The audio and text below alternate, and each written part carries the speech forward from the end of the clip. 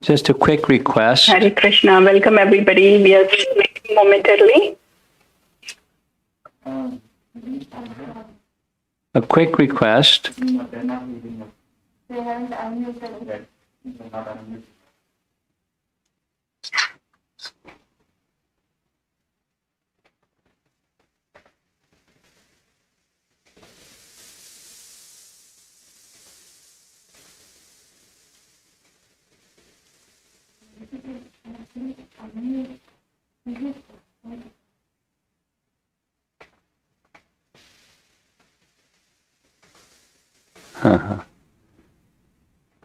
Are we muted? Can you hear us? Can you hear us now? Yes, Maharaj. Okay. Hare Krishna. When technology works, it's really good. And when it doesn't work, it can be very frustrating. So one little item with technology is all of you that have your videos on, please turn your video off because it will make the quality of the transmission better. Thank you very much. In the morning session, we began our Govardhan Parikrama in several ways.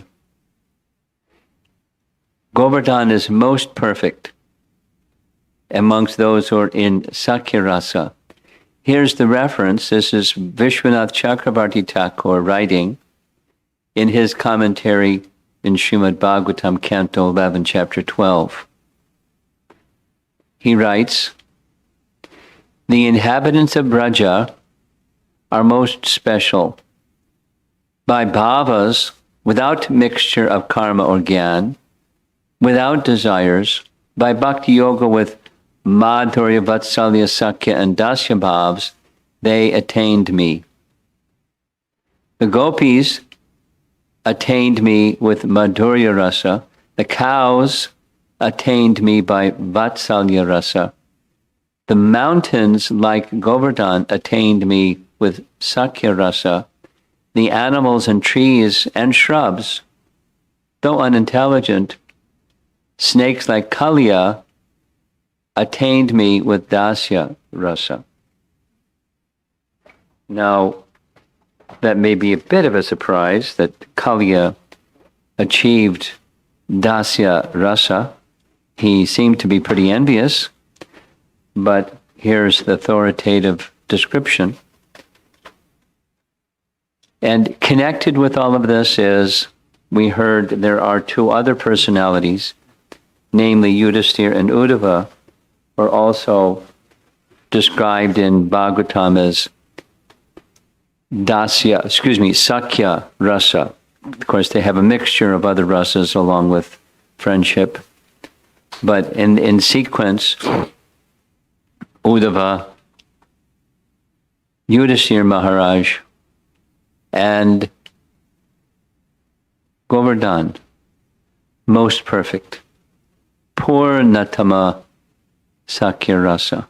So there's an answer to a question from the morning discussion. Now, let us go to this Google map that you've been seeing. And you're familiar with this one because we've visited all these places. Down in the lower right corner, that square, that's Kusum Sarovar, blackish square.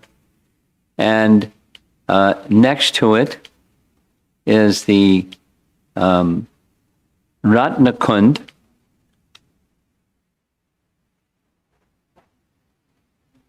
Something's not right. Something's not right.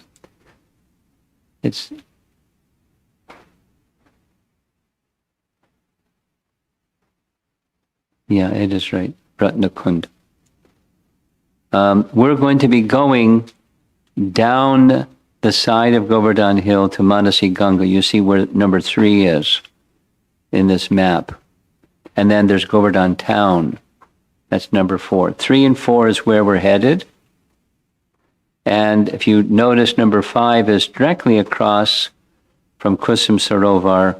That's Uddhava Kund. We're going to visit Uddhava Kund on the next to the last day, or tomorrow morning, I guess it'll be. maybe it'll be tomorrow evening. The Uddhava Kund and the Uddhava Temple are on opposite sides of Govardhan Hill.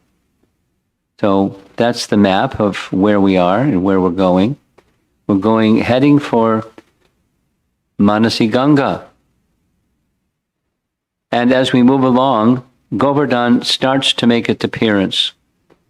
We heard the description of Govardhan shrinking and Govardhan just making its appearance. Similarly, when Chaitanya Mahaprabhu first came to Vrindavan and first made his parikrama around Govardhan Hill, when he saw one of the Shilas, he embraced that Shila and began weeping in madness, thinking he has found Krishna.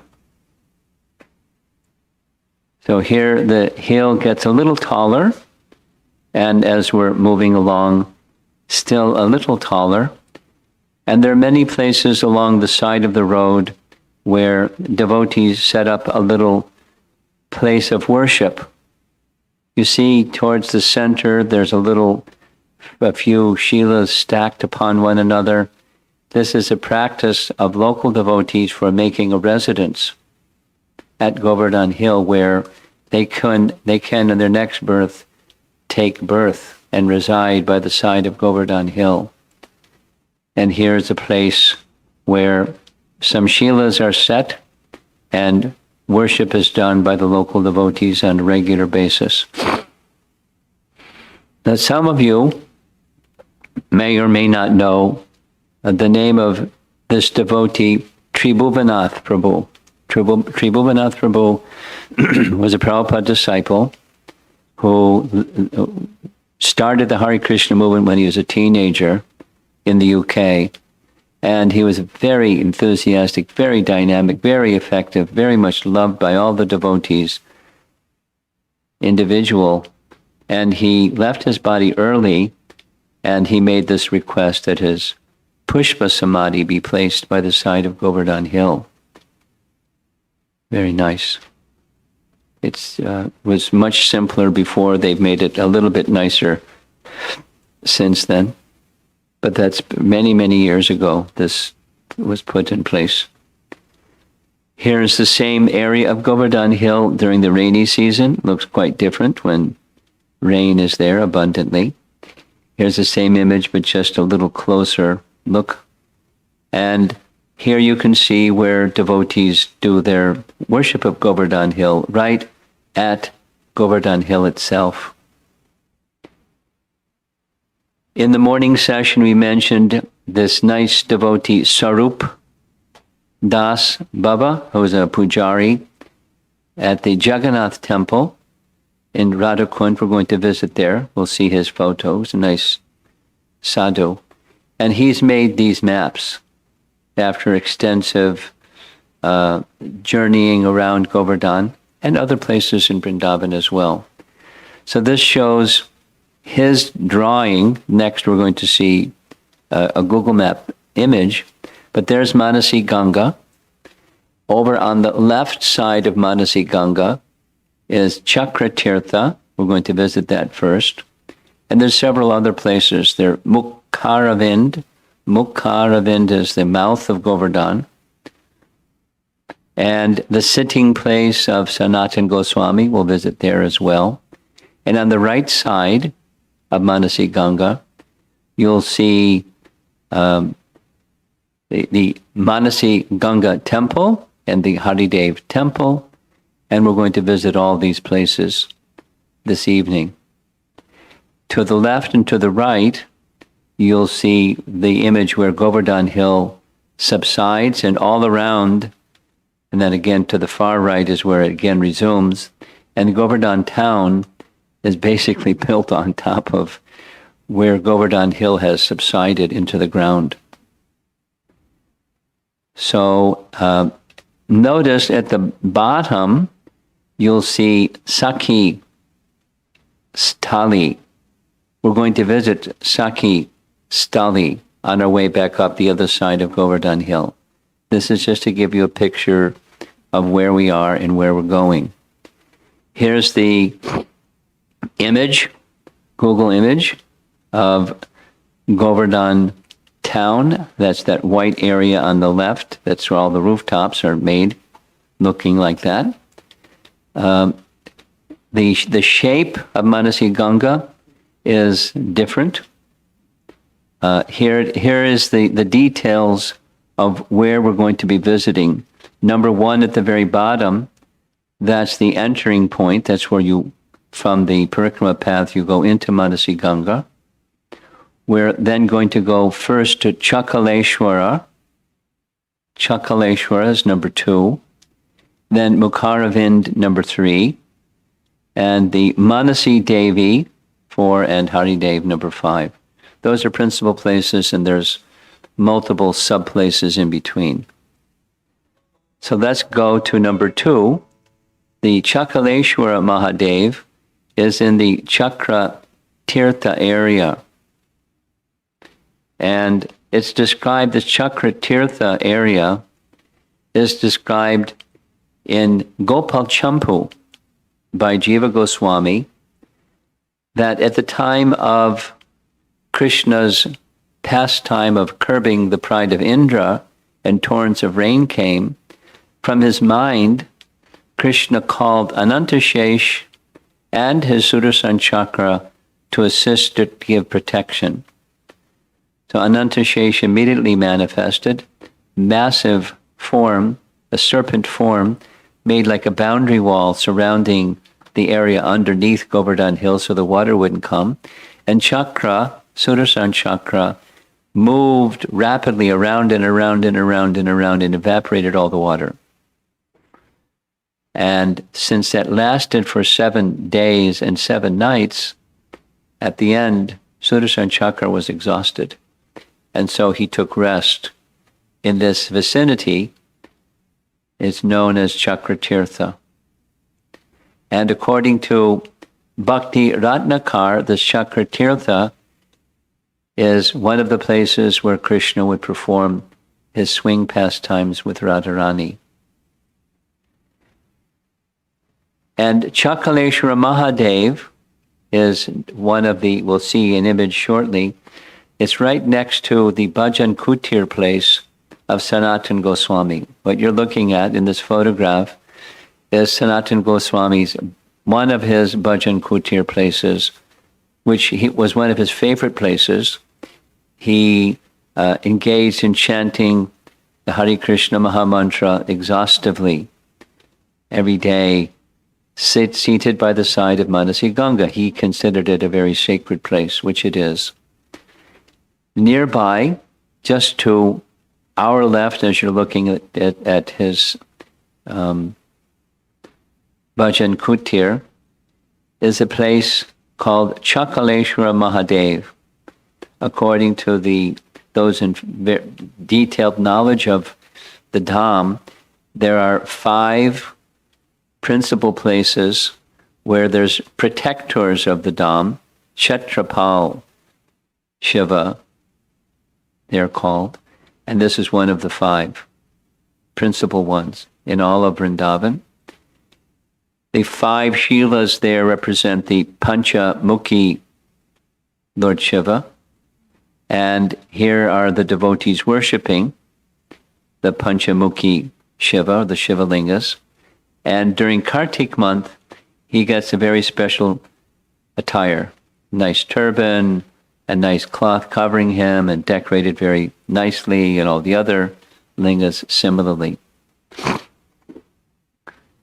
There's a wonderful relationship between Lord Shiva and Sanatana Goswami, although Shiva we know is Mahadev and Vaishnavanam Yatashambhu. He very much appreciated and relished the proximate association of Sanatana Goswami. So there's a celebrated pastime between the two when Sanatana Goswami, because Manasi Ganga, or water in general, is a breeding place for mosquitoes. During certain seasons of the year, mosquitoes would be overabundant, and it was disturbing Sanatana Goswami's chanting. So he decided, without saying anything to anyone, that he was the next day going to leave.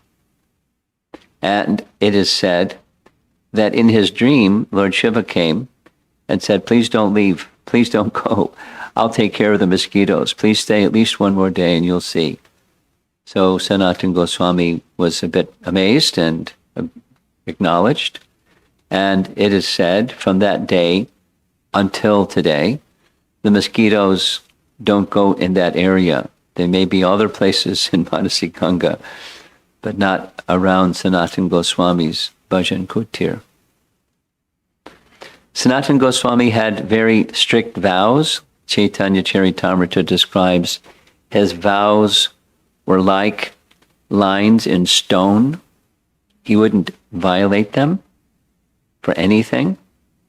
Sometimes we may have some difficulty. Some devotees have some difficulty completing their japa. Well, Sanatana Goswami was, when he became very, very old, it was difficult for him not only to do his japa, but he had to practice every day, circumambulating Govardhan Hill. Now, if you walk swiftly, you're not elderly, you can move around Govardhan in a little over 5 hours. And if you're elderly, it may take you much longer. So at a certain point, one small village boy came, it was Krishna, and said, my dear Sanatan, you're so old, there's no need for you to do this circumambulation around Govardhan. You're already a perfected being.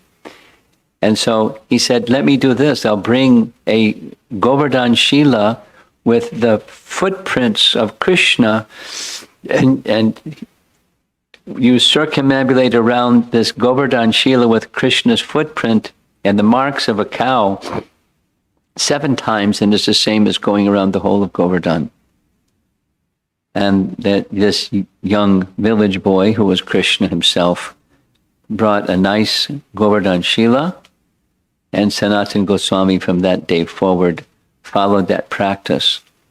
In fact, Sanatana Goswami left his body at this very place from his Bhajan Kutir Chakratirtha. The arrangements were made for his body to be taken to the place where Madan Mohan Temple is in Vrindavan, in procession, a grand procession, and he was placed in Samadhi there. And the Govardhan Shila that was worshipped by Sanatana Goswami is now at the Radha Damodar temple. It's a very nice part of the deity worship at Radha Damodar. And you request the pujaris, they don't regularly display, but with a few rupees they'll show you the Shila of Sanatana Goswami. He was very, very dedicated to Govardhan and dedicated to this place in Manasi Ganga. Right nearby his Bhajan Kutir on the opposite side is the Mahaprabhu temple. Naturally, he was a worshipper of Mahaprabhu, a dear devotee of Mahaprabhu. And at this very same place, Chakratirtha, there's a very lengthy description given in Bhakti Ratnakar of a story told by when Srinivasacharya and Narottam Das Thakur were being taken in Parikrama by Raghava Goswami, and they came to the Chakratirtha area. He told a very detailed story of a Brahmana, a wealthy Brahmana who lived in the area, and he had a very deep regard for Balaram. He was a Balaram Bhakta. And he worshipped and he prayed and he prayed. And at this time, Lord Nityananda was also in Vrindavan. In fact, he was circumambulating on a regular basis Govardhan Hill, as you may know. After Nityananda left his home as a young boy, around the time of Chaitanya Mahaprabhu's appearance, he traveled to holy places throughout India and spent the final time before he came to be with Chaitanya Mahaprabhu in Vrindavan. We'll see when we do the Radha Kund Parikrama, there's his sitting place. as there is Chaitanya Mahaprabhu's sitting place. So one of the places that Nityananda participated in Govardhan Parikrama, was right at Chakratirtha. And so this Brahmana, in a dream, he saw Balaram very fabulously decorated.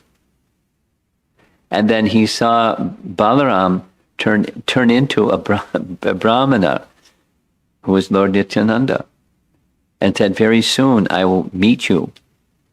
So he was very enthusiastic. And that very day, next day, he met Lord Nityananda. He didn't recognize who was Lord Nityananda, but he saw him and was very attracted by his qualities and his beauty and his natural countenance. So he wanted to do some service for him. So he made some offerings, some various items of meals and food. And Lord Nityananda is naturally very pleased by devotion. And that evening in his dream, again, he saw Balaram and said, that was me, that sadhu that you met.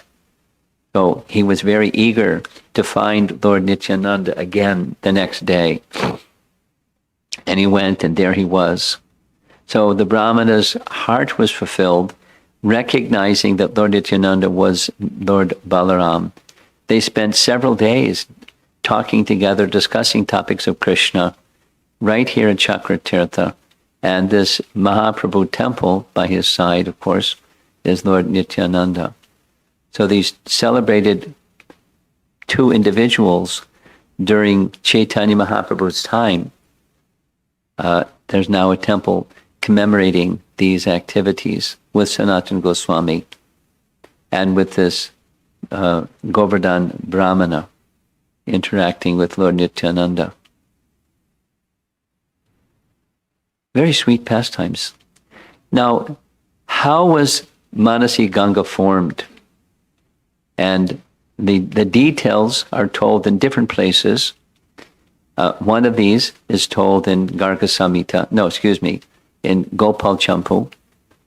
And the narration goes like this, that in the childhood pastimes of Krishna, there was one demon who took the shape of a calf and was planning how he would kill Krishna.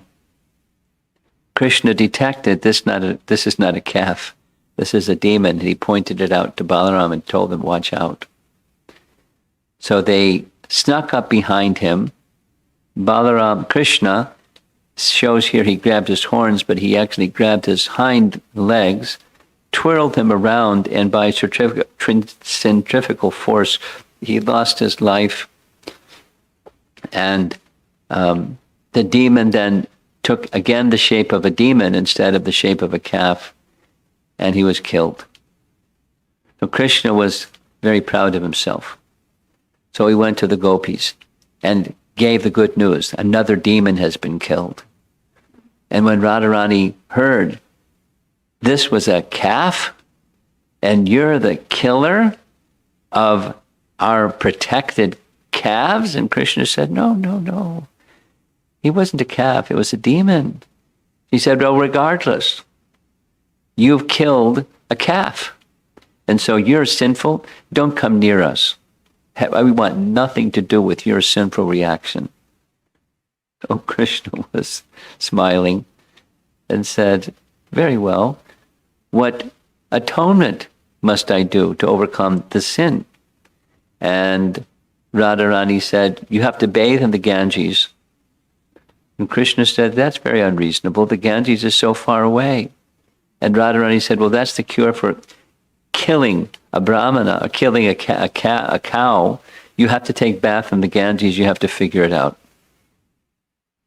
There was a really tough exchange between the two. So Krishna began to consider what to do.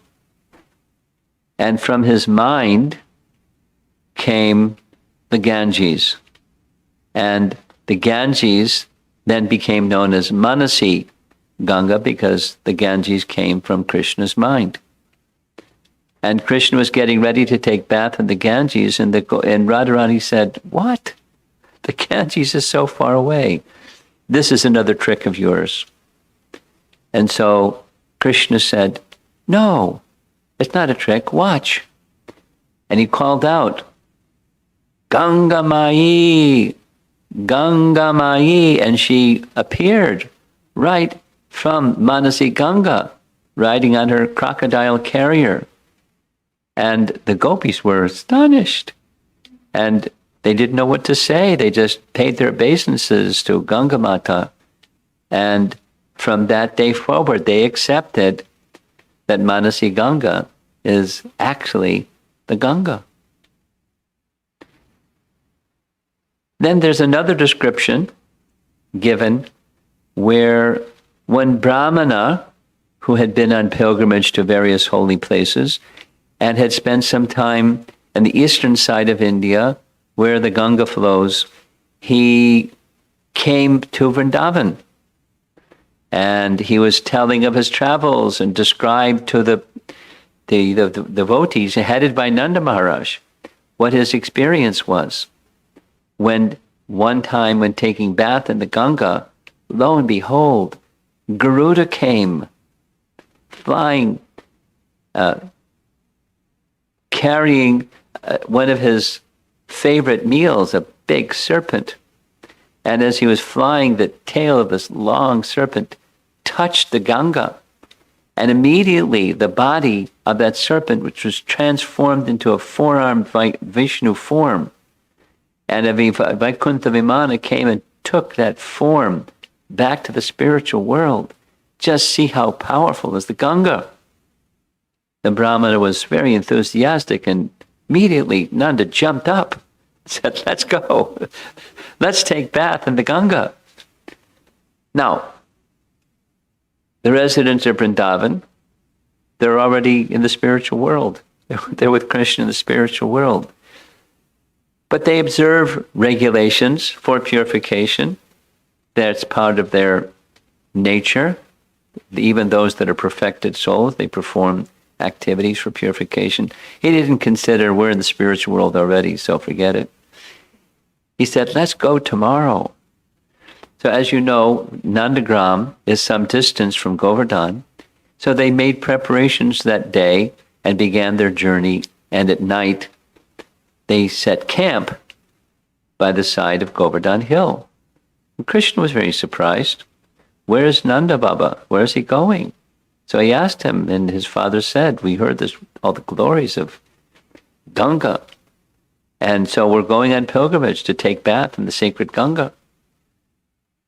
And Krishna began to consider, why do you have to go to take bath in the Ganga? Everything is right here in Vrindavan. So he told his father, my dear father, Nanda Maharaj, the Ganga is already here, right in Vrindavan. And Nanda considered, oh, he sometimes just says silly things, child's talk. Just smiled. And Krishna said, no, it's true. Now, normally the gopis are very shy about revealing their relationship with Krishna, but they confirmed again with Nanda, the Ganga's right here. And Krishna said, I'll show you. He took his father by the hand and showed him, here's Manasi Ganga. And Nanda smiled and said, yes, yes, yes, this is the Ganga. And very nice. If Krishna could understand his father wasn't taking him seriously. So he said, I'll show you. And again, he called out very loudly, Ganga Mai, Ganga Mai. And she came again, showing herself to Nanda Maharaj. So the whole travel to Ganga was canceled. And from that day forward, this place became known as Manasi Ganga. It's described in Gopal Champu by Jiva Goswami that this Manasi Ganga at one time was much, much bigger. It stretched all the way from here, near Govardhan town, down to Govinda Kund, which is quite a distance. It was a big stretch. Of course, Govardhan was much bigger at that time. Now here you see in the image, there's a group of devotees. There's Bibi Govinda Maharaj with his danda standing at a place where a boat pastime of Krishna was performed here at Manasi Ganga. Now there's many boat pastimes and swing pastimes and so forth in many different places. But one very celebrated one was performed here, and there's many different descriptions of it. I'll just narrate two principal ones. This is, till today, one of the boats used to cross Manasi Ganga. And one time, Krishna was arranging to be a boatman. And there was no other boats but his own boat, and it was a rickety old boat. And the gopis wanted to cross Manasi Ganga to take their milk products to the other side, to the marketplace. But there was only this one boat, so they got in. And as the boat pulled away from the shore, the boatman said to the gopis, "I haven't eaten all day. I'm really hungry. Can you give me some of your dairy products from your milk pots?" And so they fed him nicely. And he said, "I'm really tired. I think I ate too much." And he took a nap. And the gopis were anxious because they had to get to the marketplace. So they shook him and woke him and, "Wake up, boatman, let's go. We have to get to the other side." And by his own Yogamaya potency, a huge storm suddenly came in, and big waves were rocking the boat, and the boat began to fill because it was an old boat, and the boat was leaking. And so Krishna was helping, leaning this way, leaning that way, and more water was coming in. And Krishna was saying to the gopis, "This is a very dangerous situation. We may not make it to the other side. You're going to have to throw your dairy products over to the side of the ship, of the boat." So we show in the painting. And after they did, the water was still coming in, nearly filling up. You can see inside the boat there's water. So he said, "There's too much weight in this boat. You're going to have to throw your jewelry and ornaments over the side of the boat." So very reluctantly, what do our mothers say? "Well, what do your mothers say if you drown? So throw them." And so they complied because they simply loved Krishna. Now he's still looking like a boatman, but they must have known he was Krishna because look at him, he's so beautiful, wearing his nice peacock feather on top of his turban. And then Krishna said, "I think we're going to sink. I hope you can swim. And if not, maybe because your garments are all wet, throw your garments over the side." And they said, "That's it. We're going to throw you over the side. Get us to the other side." And Radharani jumped Krishna and felt inside his waistband was his flute. So then they knew this is Krishna's trick. And suddenly the big storm subsided. This is another nice painting of that pastime. Radharani's in the front of the boat in the red sari. Lalita's in the peacock-looking sari, holding on to another one of the gopis that wants to jump. And after the storm subsided, suddenly the rain stopped and the wind stopped, and they continued for the rest of the day having nice boat pastimes. Now in Vedanta Madhava, there's a very different description of this pastime. In other words, Krishna would have many boat pastimes. And it's as if the first one never happened. That is to say, by the Yogamaya potency influence, they would not remember what Krishna did the previous time and did the previous time.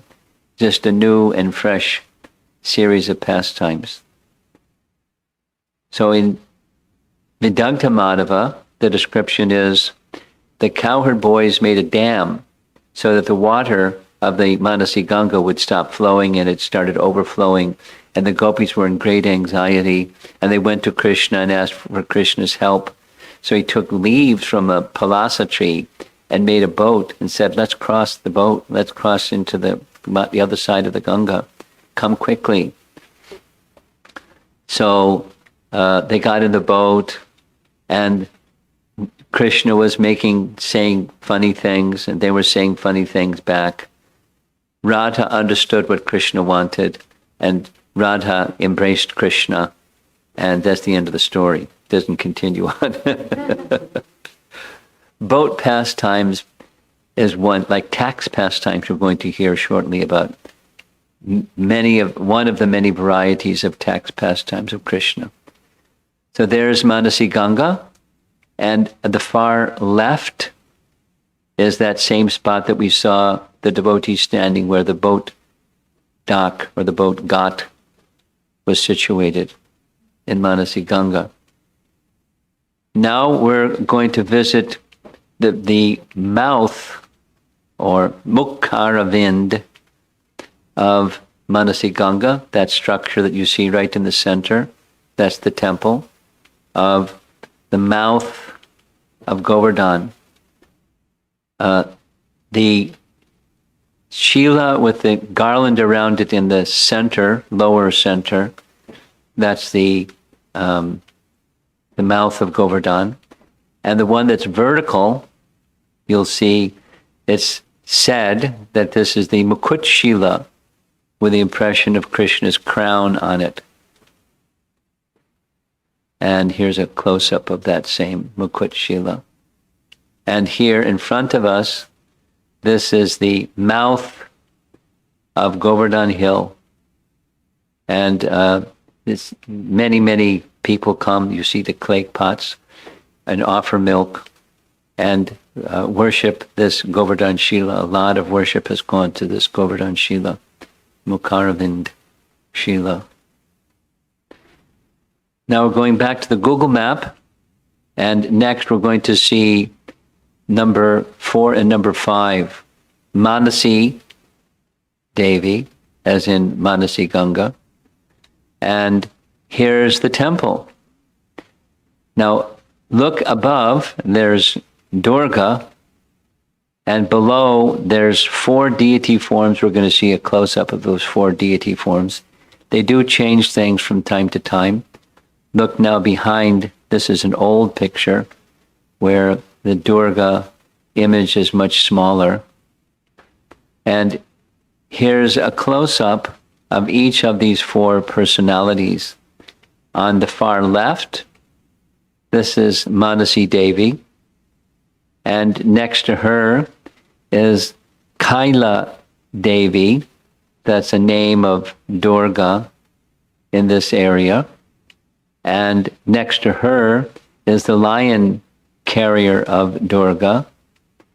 And next to her is a child who is a devotee of Manasi Ganga, of Manasi Devi. So this is the Manasi Devi temple, right by the side of Manasi Ganga. And there's Durga giving a hard time to bad people. So don't mess with Durga. Very near, just a little meandering path to go around, one comes to the temple of Haridev. And Haridev is said to be one of the original deities installed by Vajranath, the great grandson of Krishna. And is specific as one of the presiding deities of the western petal of Brajmandal. There's 4 that are these principal presiding deities of the directions. And the western direction is presiding deity is Haridev. The original Haridev deity, which was found by the devotees after Krishna's pastimes were forgotten or covered, this deity was then taken for safety to a place near Lucknow, and so the deity that's on the altar presently is a Pratibhu deity. You can see above the deity, that's the Govardhan hill. The deity of Hari has the cowherd boys surrounding and some of the gopis surrounding him, and he's raising his left hand in the posture of holding up Govardhan Hill. Here's on another day the same deity, dressed differently. Here's the same deity again, dressed differently. Here's a close-up of Haridev, very nice features.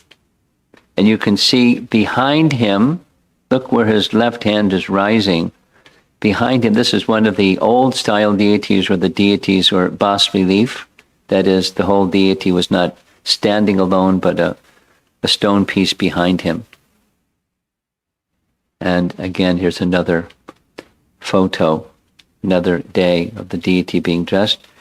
And these images are compliments of Bhakti Chaitanya Swami. He's really expert at getting pujaris to do what they're not supposed to do.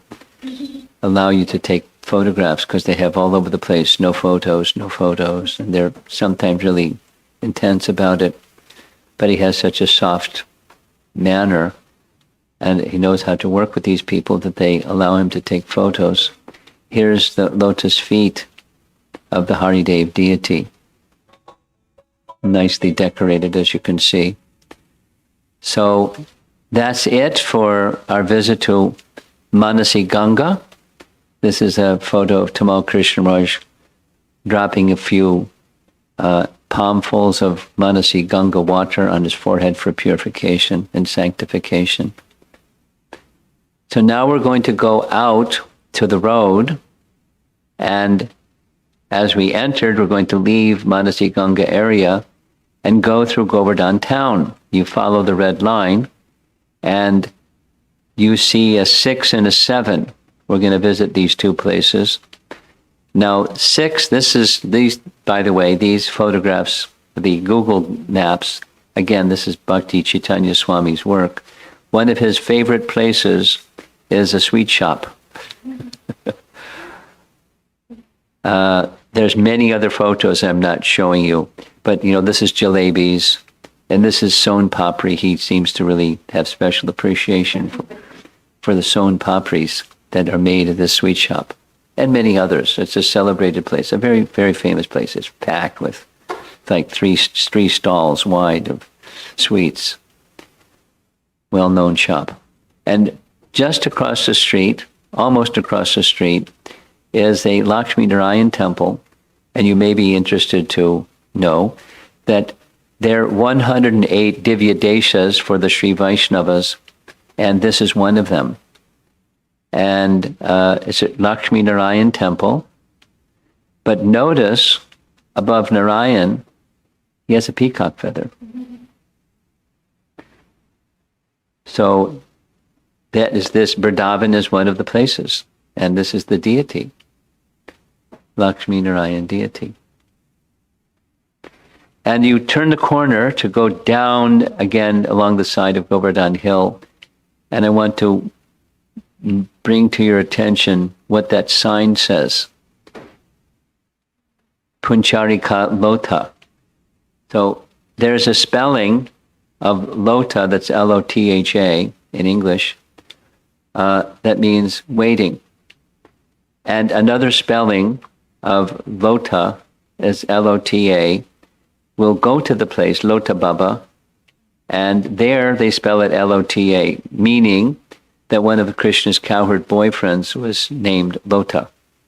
Lota is still waiting for Krishna to return. We'll visit that place, but as you go down through the shop area of Govardhan town, we leave Govardhan town, and on our right, the first place we're going to visit is a Shila that the locals are very enthusiastic to have you come and see and give some rupees, is a Shila where it has the footprint of Radharani. Now maybe you can see right there on the top. And here's some pilgrims bathing that Shila with milk. And it's a very nice place. You can feel it's a nice atmosphere.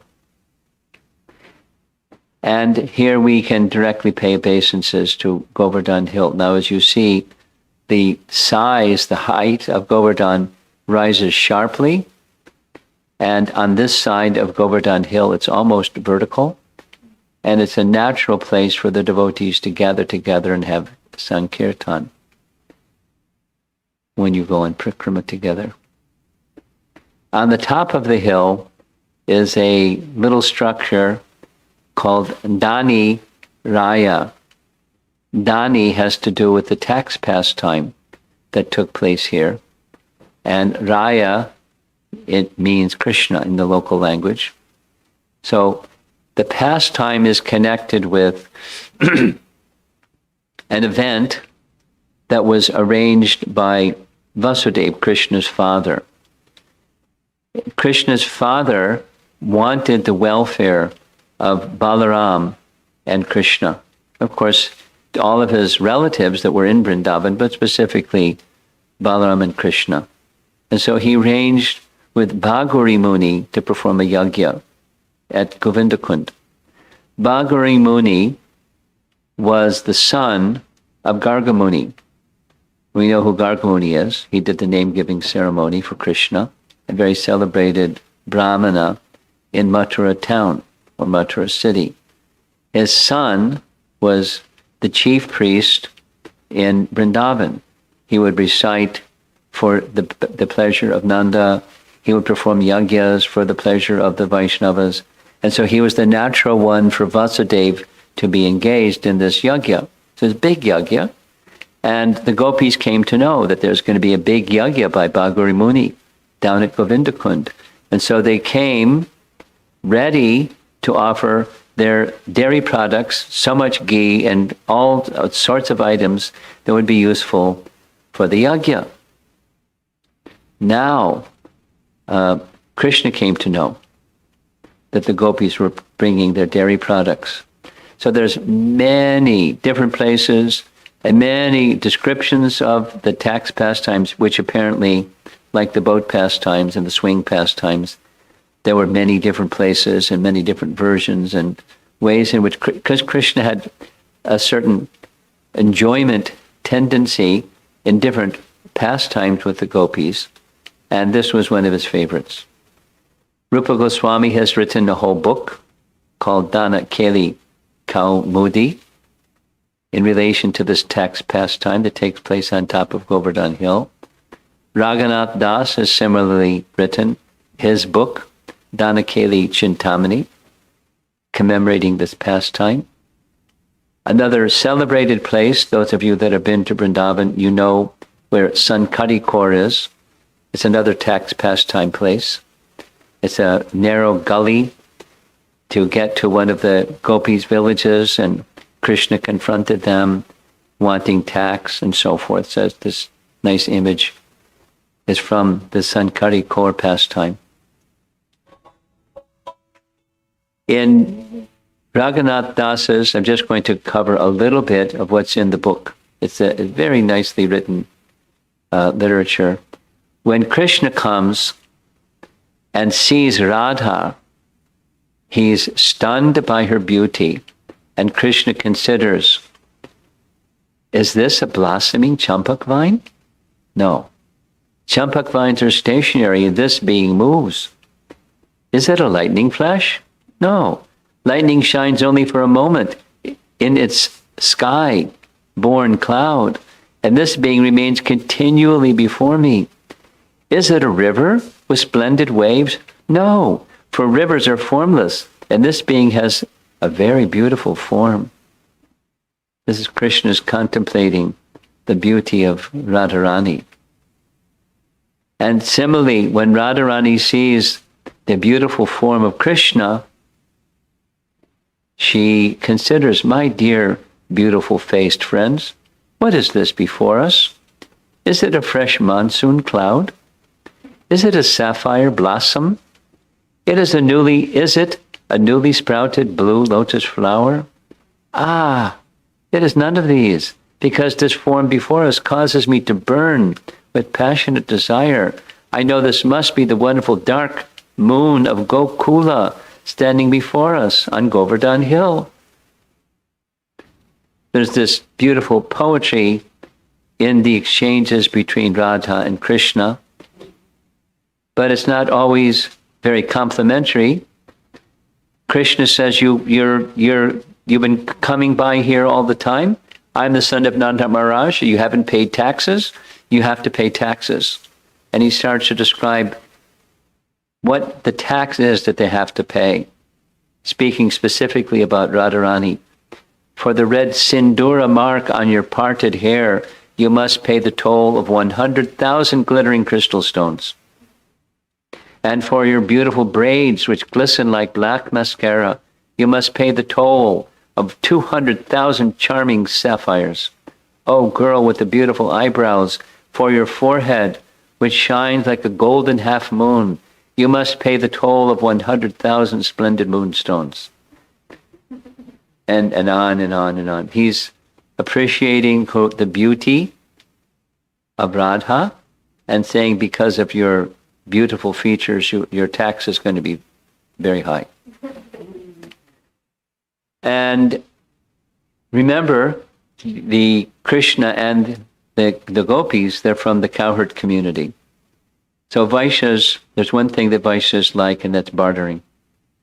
So there's a major part of the book is the bartering back and forth between the two parties. And it gets really heated, and they start saying heavy things to one another. And it doesn't appear, it's joyous in a different way, because they're enjoying these exchanges like anything. And as it goes on and on and on, finally, the sister of Madhu Mangal named Nandimukhi comes along. Now, Madhu Mangal is a Brahmana, and their brother and sister, so she's a Brahmani, and she's very amused by this behavior of these two groups, the Gopas and Gopis, and she asks, what's going on, what's going on? And they say, what's going on? And Nandimukhi says, you know what? This yagya of Bhagri Muni is more important. So let the gopis go and take care of delivering all their milk products to Bhagri Muni's yagya. And tomorrow we'll meet you here again and pay the tax. So it was settled. And we'll find out more shortly, because the book that Dan-keli Chintamani isn't done, but the pastime place is done here, because tomorrow they're going to meet at a kund down by the side of Govardhan Hill. You'll see in the map where. So as we walk along on the right-hand side, this is Govardhan Hill, very tall and majestic and all ever present. It's something like when you walk around a deity, keeping the deity to your right. This is the long walk around the deity of Govardhan. And he's always there, looking at you. And you may be distracted, but he's always looking at you, inviting you to take shelter of him. Now, here's the Google map again. And on the lower section, on the left side of the Parikrama path, is the Bhaktivedanta Ashram. It's an ISKCON center. There's some nice history connected. And on the other side, you'll see Dan-nivartana Kund. And there's also a Sarovar next to it. We'll visit those places as well. So for now, we're going to go to the Bhaktivedanta Ashram. A little history, as I understand it. There was a period of time when both Tamal Krishna Maharaj and Giriraj Maharaj had enormous affinity for Govardhan, and they felt it would be really nice to have an ISKCON center near Govardhan, so that particularly devotees, particularly those who are frontline preachers and sannyasis and who are always very busy with dealing with new people, to be able to come, be with Govardhan, be in sadhu association. That was their vision for this place. They found a place. It was the property of a king, and with the expertise of Tamal Krishna Maharaj and so forth, the king sold them this property. Here's what it looks like from the outside. There's a boundary wall, and let's go inside and see the Bhaktivedanta Ashram. There's the front gate. Now we're walking into the front gate and see the structures inside. On the right-hand side This is the Pushpa Samadhi of Tamal Krishna Maharaj. And nearby, there's a sitting place for Radha and Krishna where they can come and enjoy their pastimes together. And in the same courtyard, there's many shalagram shilas that have been piled up by the local devotees for worship. Inside, there's two main temples. One is a Krishna Balaram temple. There's Balaram, this whitish or lighter colored Govardhan hill, and Govardhan Shila. And on the other side is Krishna, darker form. Very nicely cared for, nicely decorated. Krishna has this nice peacock feather, and Balaram has this nice turban. And there's also a Gornatai altar, also nicely cared for. Very nice place to go to visit. When we go on Parikrama, they're always very hospitable, and it's a nice, lots of sitting place, good place for having prasadam for Parikrama groups. And here's another image of the main shalagram, just below the two shalagram shilas, the Krishna Balaram shilas. So now we're going back out on the road and heading for Dan-nivartana Kund, which is going to be on our right. And to our right, there's images of Govardhan Hill and the cows and the monkeys and so forth. Now we're going to go to number 9, which is Dan-nivartana Kund. The meaning, nivartana, is to return, and dana means to pay a toll or a tax. So the gopis had made this promise through Nandimukhi to return, and this is where they went. When the cowherd boys came to receive the payment of their tax, as it turns out, there were thousands and thousands and thousands of gopis waiting, ready to ambush the cowherd boys. And they surrounded the cowherd boys when the cowherd boys came, and they tied their sikas to the trees and to the rocks, and insisted that Krishna pay tax to Radharani because Krishna had offended her. Now look in the left corner of the Kund, and you'll see a little structure. You'll see this from some other directions also. That's a place where Radha sat on a throne and Krishna placed his head at her feet to ask forgiveness for Radha for his mischief. Now here's a different time of the year. Actually, this is before some repair, but it's nice and green. This is after the repair, less green. And we're going to now hear some verses written by the Goswamis, by Vishwanath Chakravarti Thakur specifically. Sri Krishna enjoyed the tax pastime in a secluded place on the bank of this lake. Thus, it has become known as Dan-nivartana Kund. The truth of this lake remains hidden to a person averse to the mellows of pure devotional service. May that Dan-nivartana Kund kindly allow me to reside on her banks. That's a refrain. It's an ashtakam to Dan-nivartana Kund. Another verse. It is filled with cool water and fragrant flowers. It blossoms with good fortune attained from the peerless water pastimes of the youthful couple and their sweet friends. May that Dan-nivartana Kund kindly allow me to reside on her banks. There's that structure right in the front, or in the back center. That's the throne where Radha was seated and Krishna paid his obeisances at her feet. So in addition to Dan-nivartana Kund nearby, there's another Dan Sarovar. because Krishna enjoyed the Dan-keli pastime in a secluded place by the shore of this lake. It has become known as Dan Sarovar. Raghunath Das Goswami writes, I pray that I may reside at Dan Sarovar, the place where Lord Krishna enjoyed the Dan-keli pastime. And there you see the place where Radha sat, the throne where Krishna bowed his head before Radharani and accepting Radharani as the queen of Vrindavan, begging her forgiveness. So she enjoyed and Krishna enjoyed this pastime, and there's many versions of it. The tax pastime is one of Krishna's favorites. So now we're going to move along the path, keeping Govardhan to our right.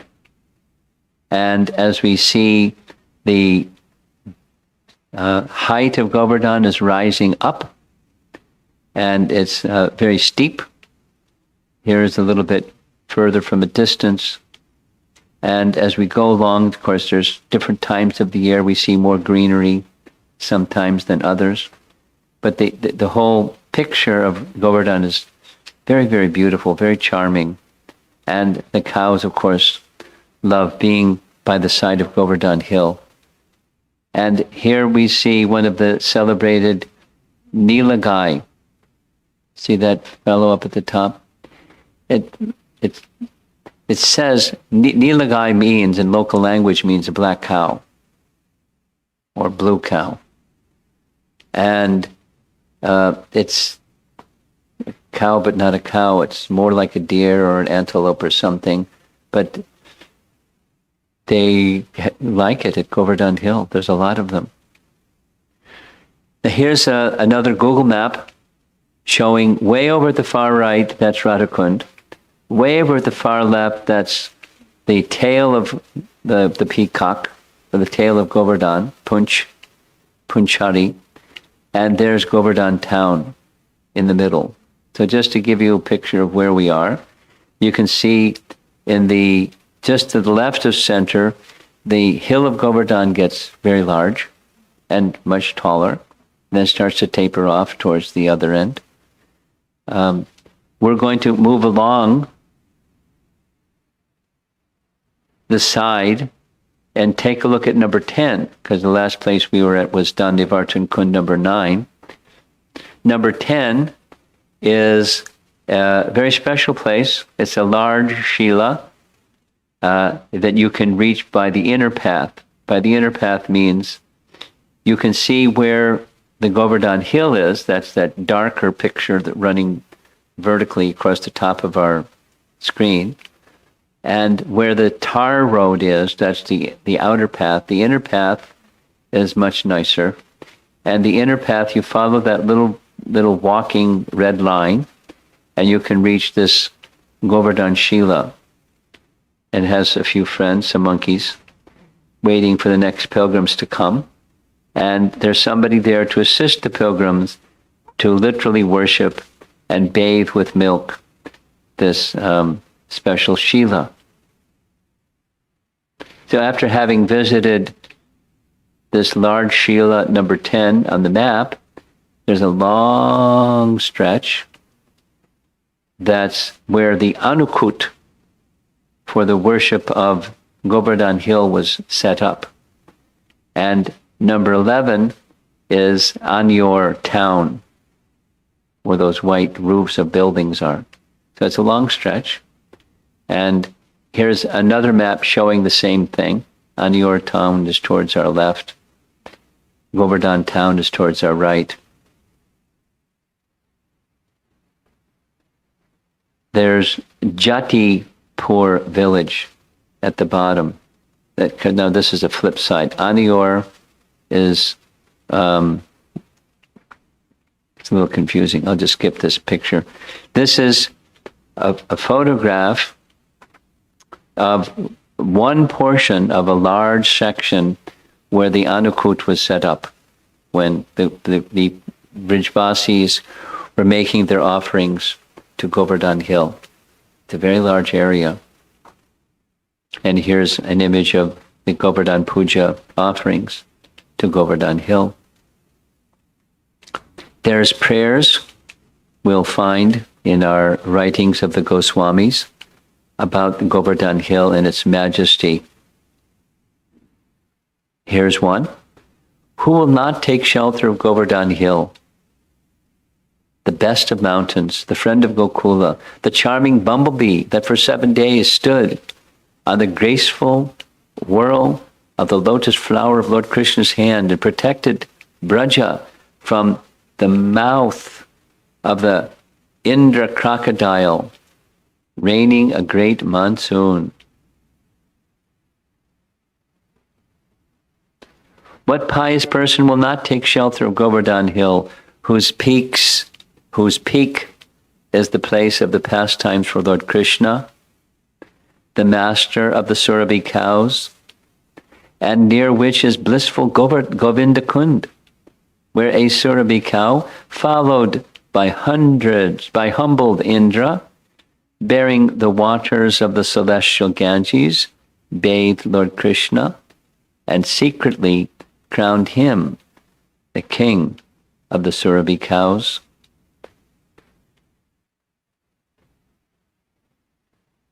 Another nice photo of the cows grazing on the side of Govardhan Hill. And the hill itself,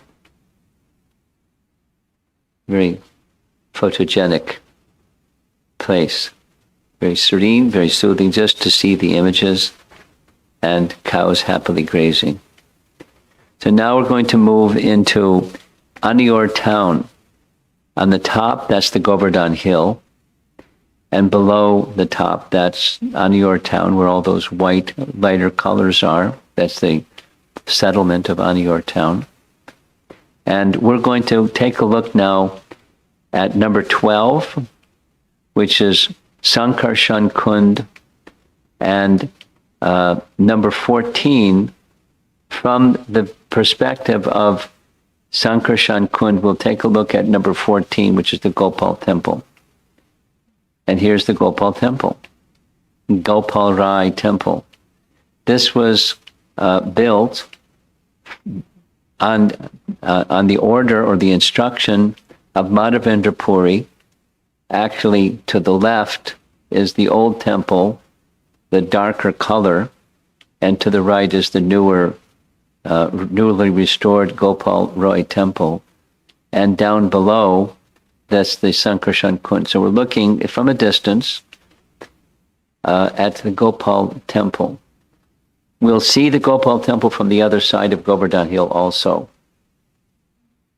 And now our ISKCON devotees, or the followers of Lord Chaitanya, don't go there because we don't walk on Govardhan Hill. But we're going to hear something further about Sankharshan and Gopal shortly. Now notice in the lower left corner, and same in this image, that's the old building now neglected and falling apart. But there's that pinkish colored or saffron colored little temple. It's a Lord Shiva temple, very small. Here's what it is up close. And inside there's worship of Lord Shiva and the Shiva Linga, and Ganesh and Kartikeya are being worshipped here by Shiva worshippers. Of course, their mood is that Lord Shiva is the best of all the devotees of the Supreme Lord. That's the mood in which they worship. So now, same image, and notice where the red line is. Red line is stopping at number 11. That's the Anior town. And then it goes over to 12 and 13. That's where we're going next. 12 is, according to the... Something's wrong with this. Hang on a second.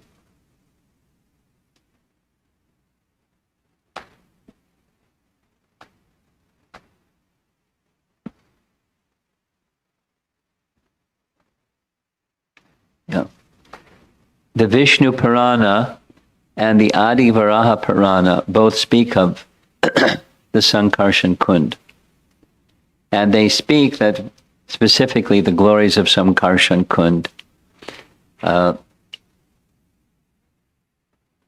One who bathes can free themselves from all sins, including the sin, specifically the sin of killing a brahmana. I mentioned in the first session about Narayana Bhatta Goswami, if you remember. Narayana Bhatta Goswami wrote a book about the pastimes, places of Krishna, and reestablished over 1,000 of such places in assistance to Rupa and Sanatana Goswami. He was an initiated disciple of one of Sanatana Goswami's disciples. One of the chief references for what he did was in Adivaraha Purana. In the Adivaraha Purana, there is specific mention of Hanuman wanting to carry Govardhan to help make the bridge. In Adivaraha Purana, it says, Hanuman heard this voice. Oh, the bridge has been built, so he set Govardhan down. Govardhan wanted service to Ram. It's discussed in Adivaraha Purana. Apparently there's a lot of reference material in Adivaraha Purana about Vrindavan town and Vrindavan village and Krishna's pastime places, including Sankharshan and Kund. So notice on the right, there's clouds in the sky, but you look carefully and you'll see there's the Govinda Roy temple, or Gopal Roy temple. Now, following that red line, we go interior a little bit, and we'll come to the Balaram temple. The Balaram temple has a deity of Krishna's elder brother. Dauji means elder brother. And it's a 5-foot tall deity. And it is said this deity was one of the deities installed by Vajranabha at a point in time when there was danger of a Muslim attack. The large deity of Dauji was immersed in the Sankharshan and Kund. And many years later, the deity was rescued and cleaned and placed in this little temple. And there's the Dauji deity, or Balaram, on our right. And the smaller, younger brother of Balaram is Krishna, the small deity, on our left. Here's a close-up of Dauji. And here's a close-up of the Krishna deity with Anantashesh behind him. It's a very nice place. I mean, it's very simple and innocent, and if you don't have a guide, you won't be able to find it. But it's a nice place. Nice deity. Very merciful deity. So, next, you see the red line is going to take us from the Balaram temple to number 15, which is the Gopal Prakat-stali. Gopal Prakat-stali means the place where the deity Gopal was manifest. We're okay? You're okay? Okay. Here's a painting of Madhavendra Puri. Most of you know. Madhavendra Puri was the spiritual master of Ishwara Puri, who was the spiritual master of Chaitanya Mahaprabhu. And Madhavendra Puri was a Paramahansa sannyasi who traveled to various holy places. And when he came to Vrindavan, he had been fasting for several days because one of his vows was he would never ask people for food, but if they came and gave him something, he would accept. So the detail is found at length in Chaitanya Charitamrita, so I won't narrate the detail, but Gopal, in a cowherd boy form, came and brought him a pot of milk. There was some exchange between the two, and Gopal left to go milk the cows, and Madhavendra Puri drank the milk and was in ecstasy drinking the milk that was provided for him by Krishna in the form of a little cowherd boy. That night in a dream, the cowherd boy came and said, actually, I've been waiting for you. A deity form is in the brush and has been neglected for a long, long time. Please go in the morning and find me and worship me nicely. So the place where he found the deity is here. Gopal Prakat-stali. There's the little shrine. And if you come at the right time of the day, they'll let you inside and you can see the place where the deity was found. Now, the deity was in thick brush, and they took some workers and they cut back the thickets and growth of trees and shrubs and things, and they found the deity here. This is the place where the Gopal deity was found. At the very top, there's a Shila that's being cared for and worshipped nicely, and the footprint of Krishna. When Chaitanya Mahaprabhu came to this place, he wanted to see the Gopal deity who was at the top of the hill, but he wouldn't walk on the hill, and so the deity came down. The circumstance of the deity coming down was there was some threat of safety of the deity, and so to bring the deity to a better place of safety, they took him from the temple and brought him down the hill. And Lord Chaitanya danced in ecstasy, as you see. And for days he was able to take darshan of Gopal.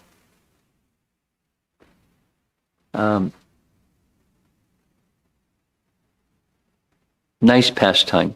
There's more to be said. We'll hear some more when we get to the other side.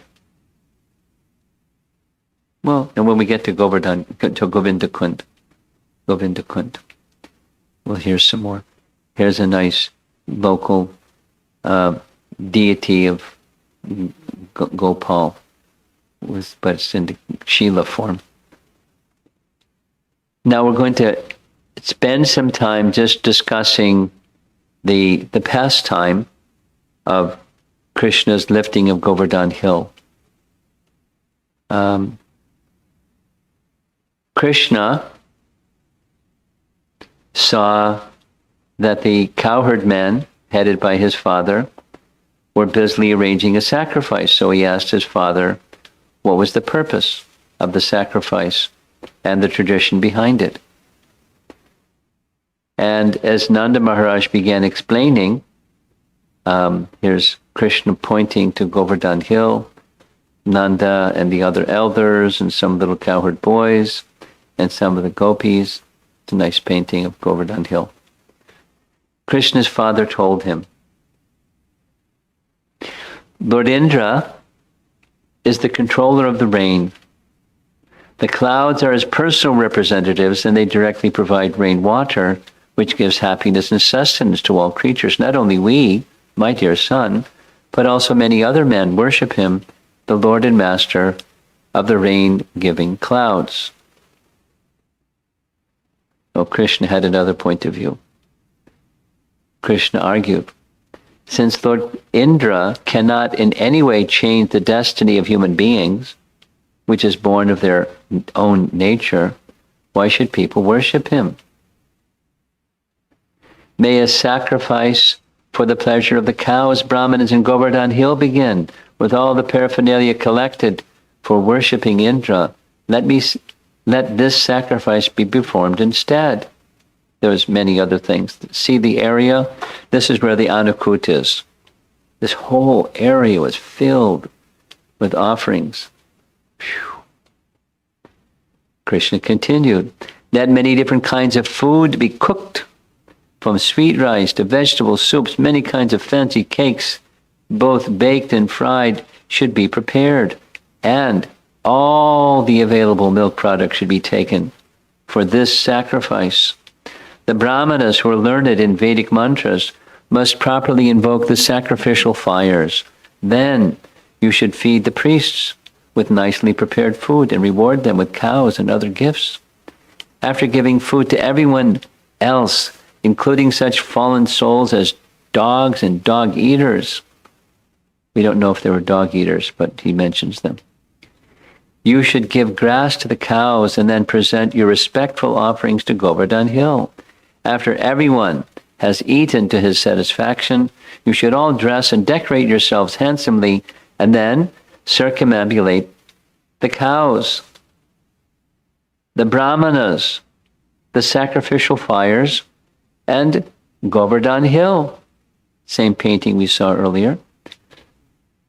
So Nanda Maharaj was very happy, and they performed the worship of Govardhan Hill. And Krishna, we heard in the morning session about Krishna being the best of the devotees of Hari, but Krishna also showed that Govardhan was Hari. Krishna then assumed an unprecedented huge form to instill faith in the cowherd men, declaring, I am Govardhan Hill. He ate the abundant offerings. Now it's very wonderful. We see in the painting, Krishna is pictured, Hari, who ate all the offering, is pictured, and Govardhan Hill, who is also Krishna, is pictured. We have 3 different forms of Krishna at once in this Leela. It's very special. And here's Krishna showing the right demeanor. He came before this form of Hari and paid his obeisances, as did all the other residents of Vrindavan following him. And here's a very nice painting showing Hari being worshipped, and the front of him is Lord Brahma, and by the other side is Lord Shiva, and so forth and so on, Lord Indra. Indra is paying his obeisances. You see in the center, a little bit to the right of the center. That's after the whole Govardhan Leela took place. So here's where the Anakut was set up. Here's some of the other images of that area. It's really, really large, several miles long, and the whole place was filled with the Anakut. Now, I forgot to bring that little sound device. Do you have your little sound device?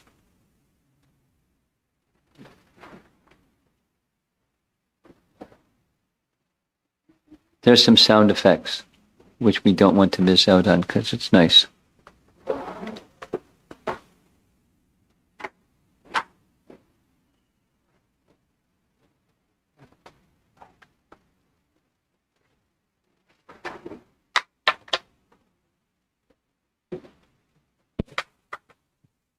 We're going to hear some thunder. That's what this is about.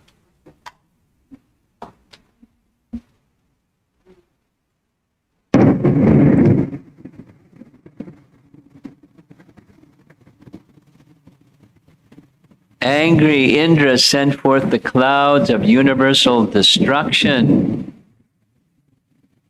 known as Samvartaka. Indra told the clouds, go remove the pride and bring their animals to destruction. I will follow you riding on my elephant and taking with me powerful wind gods to decimate the cowherd village of Nanda Maharaj. That's it. There's more coming. Clouds blazed with lightning bolts and roared with thunder as they hurled down hailstones. As the clouds released torrents of rain as thick as massive columns, the earth was submerged in the flood. The cows and other animals shivering from the excessive rain and wind, and the cowherd men and ladies pained by the cold, all approached Lord Govinda for shelter. Krishna said to himself, because we have stopped his sacrifice, Indra has caused this unusually fierce, unseasonable rain, together with terrible winds and hail. By my mystic power, I will completely counteract this disturbance caused by Indra when I break the false prestige of those bereft of goodness. My purpose is to bring them relief. I must therefore protect the cowherd community by my transcendental potency, for I am their shelter. I am their master. And indeed, they are my own family. After all, I've taken a vow to protect my devotees. Those are Krishna's contemplations. Lord Krishna, who is Vishnu himself, picked up Govardhan hill with one hand and held it aloft just as easily as a child holds up a mushroom. Of course, you all know the pastime, the Govardhan Leela, but how can we visit Govardhan without narrating the Govardhan Leela? So that's what we're doing. Notice that Krishna is standing up on top of something because he was only 7 years old. So he had to step on a little mound, and there he's holding the hill in the air. With my mystic power, I will protect the people of Raja who have taken shelter of me, who consider me their Lord, and who are my relatives. This is my vow. But another purpose was being fulfilled. Krishna was giving his association to all the Brajbasis uninterruptedly for 7 days and 7 nights. By continuously drinking the nectar of the beauty and sweetness of Sri Krishna, the residents of Vrindavan felt no hunger, thirst, or fatigue. And Lord Krishna, by seeing their beautiful forms, also forgot about eating, drinking, and sleeping. There's the rain coming down the sides of the hill. Of course, the hill's much bigger than that image shows. Here's the floods coming all over the place, torrents of rain coming down. Notice Sudarshan Chakra is zooming around the outside to keep the flooding. They're coming under the hill by Krishna's inviting them. The lightning bolts in the background. Krishna's protecting of his devotees is something that he loves to do. And the devotees love that position of being sheltered by him. When Indra observed the exhibition of Lord Krishna's mystic power, he became most astonished. Pulled down from his platform of false pride, and his intentions thwarted, he ordered his clouds to desist. The image just above that text, that's Indra. And above, that's the Sudarshan Chakra. And down below, we see Indra paying his obeisances before Krishna. And right behind him in the lower right corner, that's his Airavata elephant. Krishna said, "My dear cowherd men,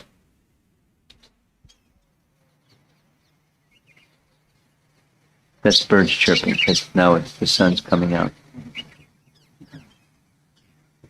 My dear cowherd men, please go out with your wives, children, and possessions. Give up your fear.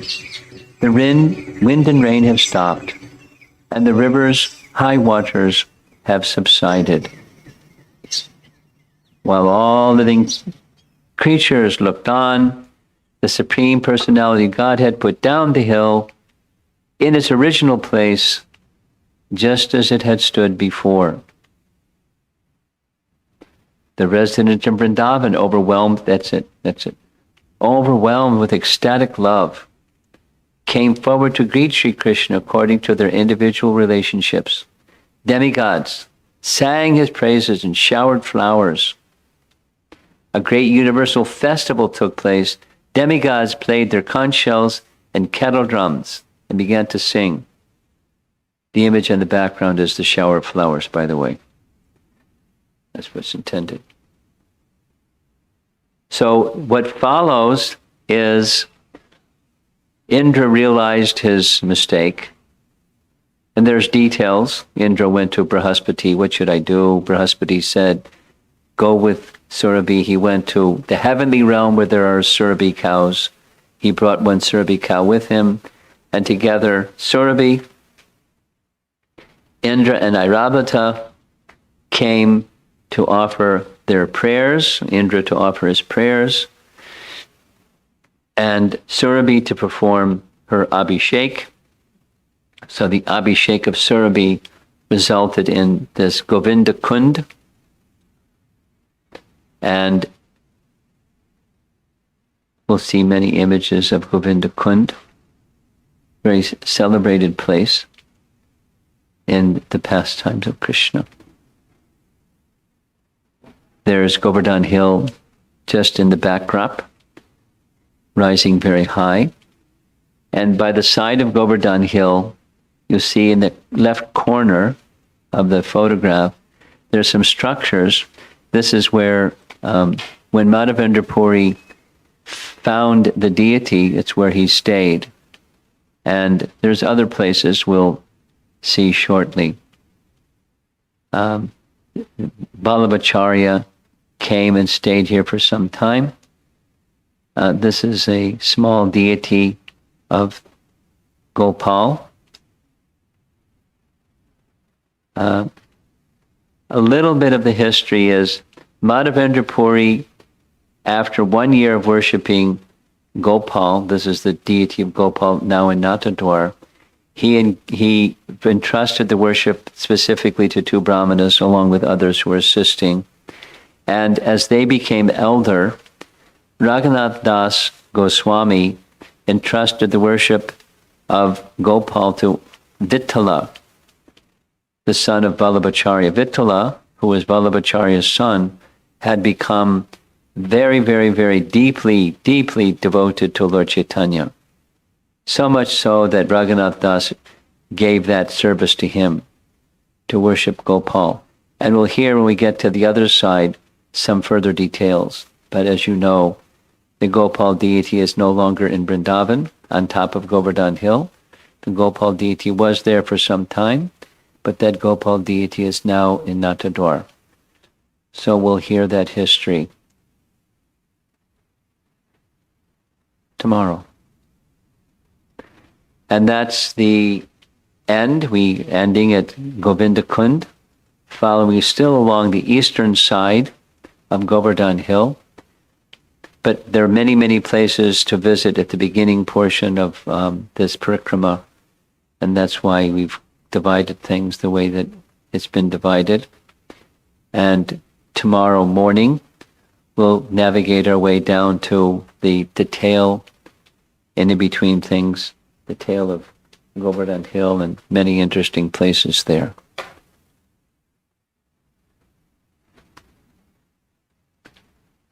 Yeah. Srila Prabhupada ki jai. So we have a moderator that's going to invite discussion. Yes? Hare Krishna, everybody. I have unmuted everyone. Please feel free to unmute and ask your question or comments. Raise your hand first.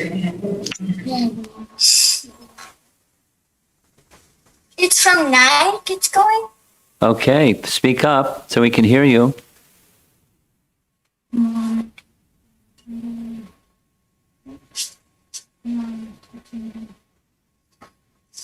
Prema Dhatri. The question answer. Here's the label since that. You need to unmute, Anjali. Anjali, please unmute.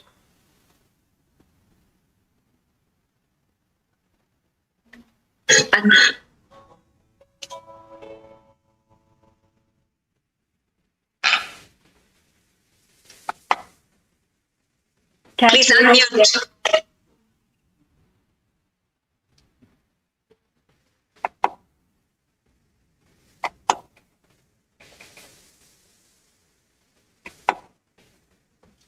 Looks like it's just froze.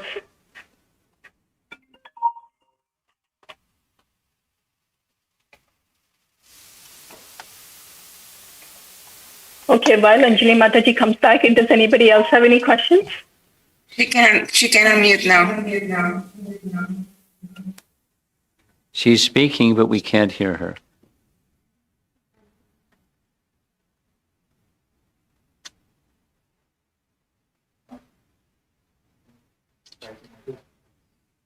Yeah. Put your question in the chat box and it can be read aloud.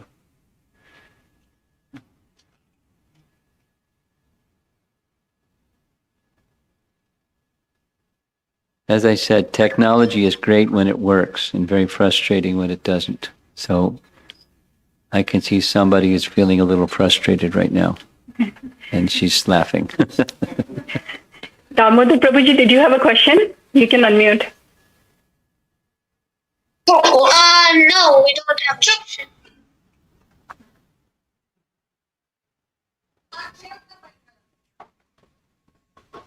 So while we're waiting, Maharaj, can you please clarify? Like I've seen references where Govardhan Hill is referred to as a devotee of the Lord also. Is that right? Not only is referred to, but our acharyas prefer to see Govardhan as a devotee than as Krishna himself. Govardhan is both a devotee of Krishna and Krishna himself. We know from the Govardhan Leela, Hari showed himself as Govardhan is Hari. And the gopis see Govardhan as Haridas Varya. So that's the Srimad Bhagavatam reference. And based upon that Srimad Bhagavatam reference, the ecstasy, the love of the worshippers of Lord Chaitanya see Govardhan as a devotee. So while let's say, those who worship Govardhan Shila, they may worship Govardhan Shila as Krishna, a form of Krishna, and put a peacock feather and give him a flute and so forth, worship him in that way. And deeper is he's simultaneously Krishna and the most beloved of Krishna's devotees, or Haridas Varya. So you wanted the scriptural reference. The scriptural reference is right there in Srimad Bhagavatam on the authority of the gopis. Thank you very much. I do have a comment here. This is from Mahi Mataji. Right there in Srimad Bhagavatam on the authority of the gopis. I have been enjoying your Ramayana classes online. Is there a time we will know if here? This is from Mahi Mataji. There's Is an there a echo. time we will know? There's an echo. Somebody, yeah. Is there a time we will know if we are ready to visit Vrindavan, especially if your sadhana is not steady?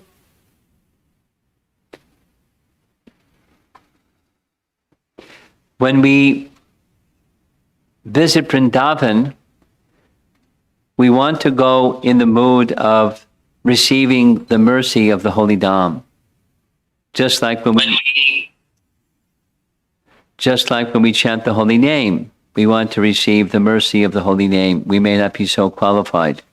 While we come before the deity, we may not be so qualified. But we worship because we want to receive, we want to offer, and we want to receive. So, yes, you can go to Vrindavan, even your sadhana is not so great. And the benefit you would get is less than if someone whose sadhana is very fixed and strong. But you'll get benefit because by nature, the Holy Dham is pure and purifying. So by all means, go to the Holy Dham and become purified.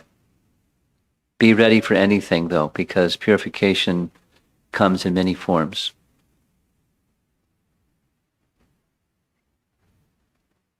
And Devi is ready.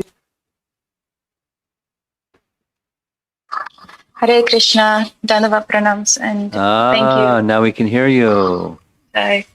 Thank you for such a wonderful seva and the special effects. Amazing, thank you. The sequel is better than the original part one, in my personal opinion, because of the extra endeavor you have done. My question is, what is the practical method to take care and repair a kund? You showed pictures of before and after of how it was green, how it was taken care of. So how do we not take offense when we see it green? as a devotee? How can I, as a devotee in Arizona, help in the seva? And how do we know that we are not cheated in the process? Well, you have to connect with people who are trustworthy. And if you don't take care to connect with people who are trustworthy, it's hit or miss, and often it's miss. So those who know who are trustworthy individuals, those who are trustworthy will know who are trustworthy individuals. And through trustworthy individuals, you can work through them. There are many. There are many who are not trustworthy also, but if you want to help, and one of the best to help improve the appearance of the places of Krishna's pastimes.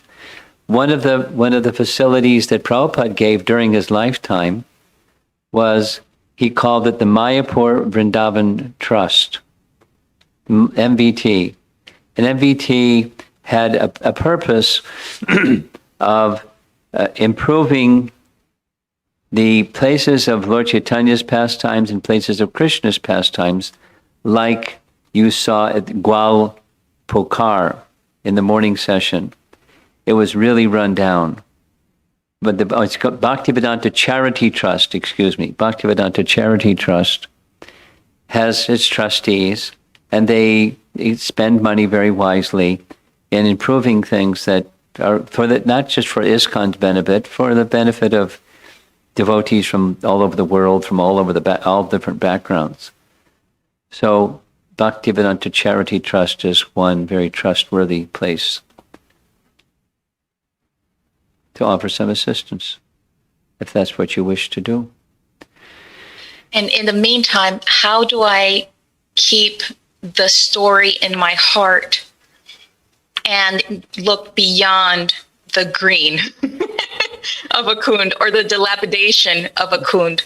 Well, and see that. I really like, there's a Premadhatri can remind me to send her the link to talk on this topic by Burijan's wife. And she spent many, many years in Vrindavan. She has deep realization about Vrindavan and how to see beyond the external. And even when you're in a distant place like Arizona and she's in Perth, Australia, keep Vrindavan in your heart. So she has some wonderful tips. So Premadhatri can send me a little message. I'll send it to her. She can forward it to you or to all of you. Specific about keep Vrindavan in your heart when you're remote and not see the external part only. Good. Hare Krishna.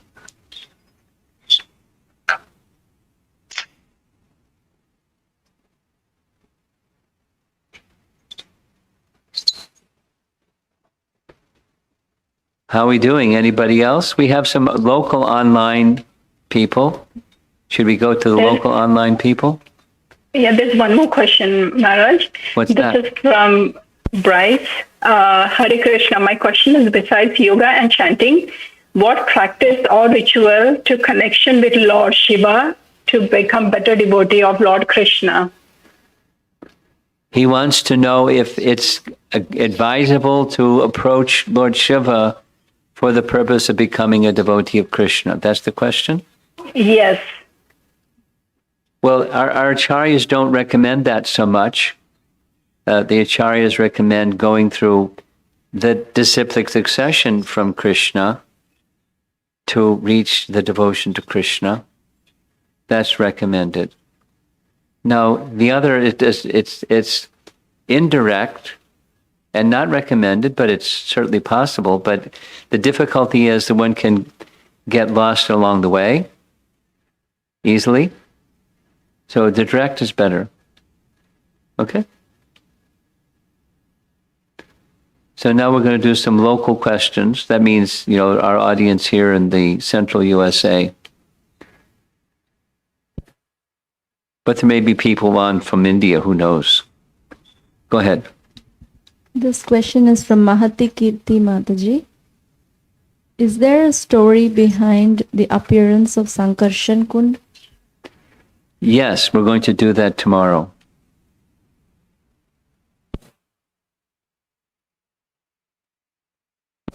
Shri Radhika Mataji, will you kindly share what is your favorite place as you do Parikrama of Govardhan and why?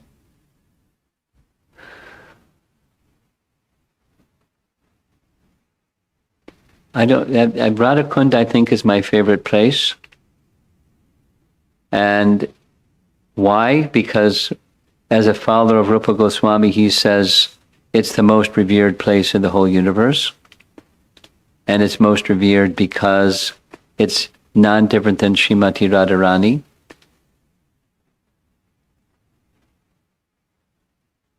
But back to one of the earlier questions, to go visit Radha Kund, then it takes more qualification to enter Radha Kund area and not make offense because it's so dear to Krishna and Radharani. But I think that's my favorite place. And why? This is from Chinmay Desai. I have found it difficult for some time to reconcile with the Vallabha Sampradaya's narrative of Gopal deity or Srinath Ji's discovery. Can you please re-clear facts on origin and passing down of the deity? When we go to Jatipur, I was planning to go through that history. And naturally, one person and another person, even in our modern times, one person and another person seeing the same thing are going to report what they experience differently. Or in a broader sense, history.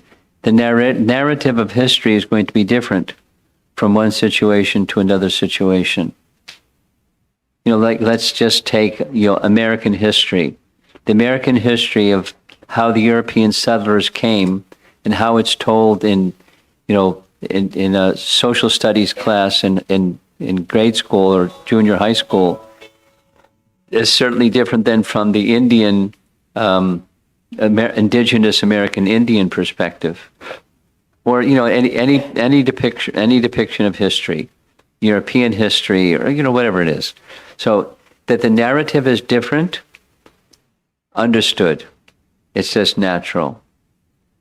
Now, I can give you tomorrow the perspective from the Gaudiyas, which is going to be different than the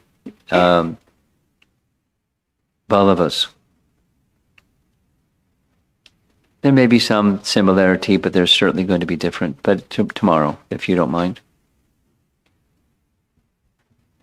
This question is from Vachaspati. According to Radharani, Govardhan is the topmost devotee of Krishna. At the same time, Govardhan is none other than Krishna himself. Yes. We also know that Mahaprabhu is an incarnation of Krishna in the mood of a pure devotee. Does this mean that Mahaprabhu's mood as the devotee is analogous to Govardhan's mood? Well, he loves Govardhan like the gopis love Govardhan. Not exactly the way that you put it. He loves Krishna. He's in the mood of Radha loving Krishna. And the best of the devotees of Krishna is Govardhan, so he sees Govardhan in that way. Anything else from the Phoenix or Portland group of devotees? There are two more questions actually here. So Okay. This is from Tirumurti Prabhu. Hare Krishna Maharaj, thank you for the series. My 5-year-old daughter has a question. Hanuman is a devotee of Lord Ram and he has many powers. Example, he could fly. But we are Krishna devotees, but we do not have the same powers. Why? And this is from Thiru Prabhu. You read it really fast and I didn't catch it. Did you catch it? So Wait a minute. No, she's going to say it. You say it. Hanuman, as Lord Ram's devotee, had power to fly and do many things. Fly and do many things. Yeah, do such Mystic powers. Yeah. So as Krishna's devotees, we don't have any such powers. Oh. Do you want powers to fly? You don't have to become a devotee of Ram. You could get powers to fly. But the pastime of Hanuman, he was not just a devotee, he was the son of Vayu. But are you aware that Madhvacharya, he had such powers too? He could travel